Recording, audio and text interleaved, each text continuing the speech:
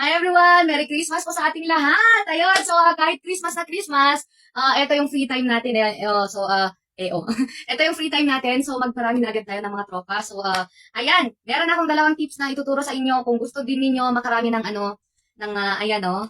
followers, supporters, ganun. Ang gawin nyo lang, mag-comment ng patropa dyan sa comments. Pagkatapos ninyo mag-comment, okay, i-follow ninyo yung mga nagko-comment din na iba dyan sa dyan sa comments, and then pagka na-follow ninyo sila, mag-reply kayo ng pa-back or patropa back. Pagkatapos, guys, pindutin niyo yung plus sign dyan sa dyan sa baba ng profile ko para ma-update kayo sa kapag nagla-live ako, kapag meron akong bagong content, and then i-heart niyo to, and then puntahan natin yung yung add to favorites, and then pindutin yung share, and then repost, sabi niya.